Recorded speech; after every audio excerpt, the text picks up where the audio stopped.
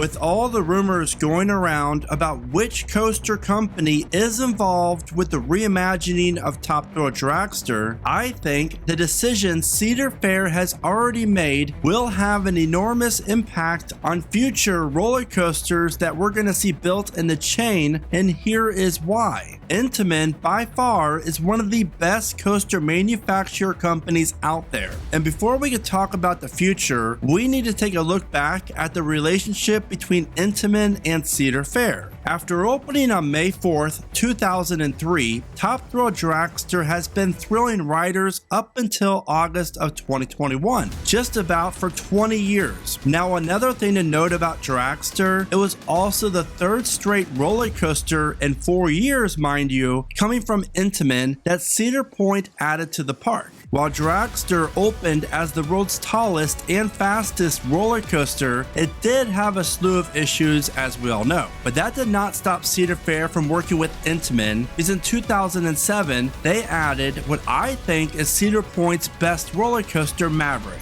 And even with Maverick suffering from some issues as well, like Intamin having to remove the Heartline roll before it opened to the public, Cedar Point still worked with Intamin for Intimidator 305 at King's Dominion just 3 short years later. In fact, between the years of 2000 through 2010, we saw Cedar Fair work with Intamin for some of their best roller coasters that you can find at the parks. We're talking Accelerator, of course Millennium Force, and the most intense Giga Coaster ever created, I-305, which opened the same year as Cedar Point's Shoot the Rapids. And sadly, both of these Intamin attractions gave Cedar Fair even more issues and led them to cut ties with Intamin. And since 2010, we have seen Cedar Fair add 0 Intamins and 8 B&M coasters to their parks, which has us all wondering, will we ever see Intamin and Cedar Fair work together again? And I predict that the answer is yes. Now, before I tell you why we really need Intamin to be involved with Dragster 2.0, once you finish watching this video, be sure to check out themeparkmerch.com for some really cool coaster merch that I designed myself. Also, if you're enjoying this video, please give it a like, and I hope that you become the newest Theme Park Prediction subscriber. Now, I have predicted from the start that Intamin will be involved with Dragster and working with Cedar Fair again because of it. Because when you have another company coming in to adopt a $25 million roller coaster, and don't forget it's over 20 years old now, and also happens to be the second tallest and third fastest in the entire world, I just think it makes the most sense. Another large reason why I think Intamin is indeed involved is because of their greatly improved reliability, with mega coasters like Terran, Taiga, Hyperion, and Velocicoaster. Parks start to get curious when a company turns things around and delivers some blockbuster roller coasters at other parks. Now, will Cedar Fair spend the money for a coaster like Velocicoaster? I think we already know the answer to that, and of course they will not, since that ride costs so much due to all the theming and the placement of the ride itself. But Intamin has some models out there that would be bringing new life to any Cedar Fair park and will be a contender for the best coaster in that park when it opens. For example, Intamin's new vertical launch LSM coaster. Not only do these layouts look sick, and launching straight towards the sky would be wowed, I suspect that they would cost a little under $15 million depending on the size, of course, which would be very doable for Cedar Fair. Now, wouldn't this type of coaster look amazing looming above the front area of Valley Fair and the old Dino's plot of land? We know that Valley Fair severely lacks a modern looping roller coaster, so I really feel as if this type of ride would do great things for this park. And just a heads up, these are not my predictions, more or less just me speculating on what type of Intamin coaster I can see benefiting certain Cedar Fair parks. With that said, what about if an Intamin vertical LSM coaster became the replacement for Volcano down at King's Dominion? I, for one, would be all for this type of ride because I really feel as if it would look amazing in the old Volcano plot of land.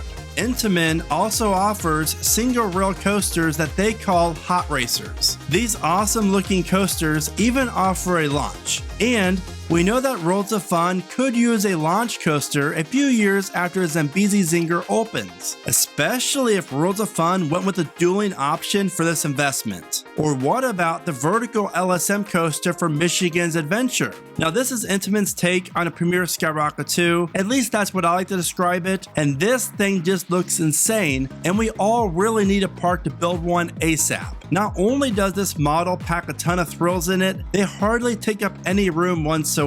But let's be real here for a second, will Michigan's Adventure get this large of a coaster? Probably not, but crazier things have happened before. Kings Island and Canada's Wonderland would greatly benefit from an Intamin launch LSM coaster. I'm thinking something along the same size as Taiga at Linnamaki. If either of these parks added a coaster like this, they would see a huge increase in attendance and give each park their new best coaster. Now you cannot deny this type of roller coaster would not be perfect for Kings Island and look great on the Vortex plot of land. And just to think, all the room that Intamin would have to work with here could give Kings Island a potential #1 roller coaster. If Cedar Fair wanted to trust Intamin with water rides again, which I don't think they're going to be so quick at doing, then I think the Intamin Ultra Splash, which is just like a Mach Power Splash, would be the perfect fit here at my home park, Carowinds. But again, I highly doubt Cedar Fair is willing to trust Intamin for a new water ride so soon. So I think a Mach Power Splash could be a great option for Carowinds' next roller coaster. There are a ton of what ifs, but I think you can see just how much is riding on who is working with Dragster 2.0. Because this would be the perfect time for an Intamin and Cedar Fair to repair the relationship. Which leads us into what happens if Intamin is not involved with Dragster and Zamperla really is the company behind this. Then I think I am not the only one to admit that I would be more worried about the reliability and future of the coaster more so than if Intamin was involved. That's because, to date, the tallest roller coaster Zamperla has built is Thunder Chariot, and that has a height of 118 feet. And Thunderbolt, located at Luna Park next to Coney Island, is Zamperla's fastest roller coaster with a top speed of 55.9 miles an hour.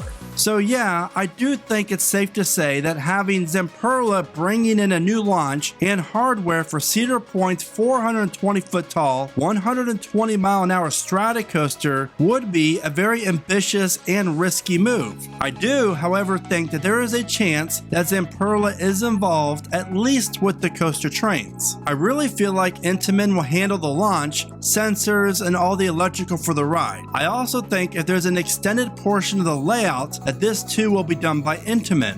And this is nothing against Zamperla because they have publicly stated that their new lightning trains can be used on the world's fastest roller coasters. So I can see the Zamperla trains getting added to Dragster 2.0. And we know that Cedar Fair has been working a lot with Zamperla as of late. So it's going to be very interesting to see what comes from this, but there is great news out of all of this. And whether my predictions or speculation is right or wrong, we all get to ride Top Thrill Dragster again sometime in 2024, and that alone is worth a lot. And if Intamin is not involved, then I think we have to assume that we will start to see more and more Zamperla coasters pop up at other Cedar Fair parks over the next few years, mixed in with the B&M or Mach Rides coaster every once in a while. Which is all the more reason as to why we need Intamin involved in this project, especially if you're like me and Intamin's your favorite manufacturer. So how do you think Cedar Fair will benefit if Intamin is involved with Top Thrill Dragster? Also, what type of coasters do you see potentially coming to other Cedar Fair parks and why? Be sure to let me know in the comments. And as always, thank you so much for watching. Remember to smile today, think positive, and keep riding coasters.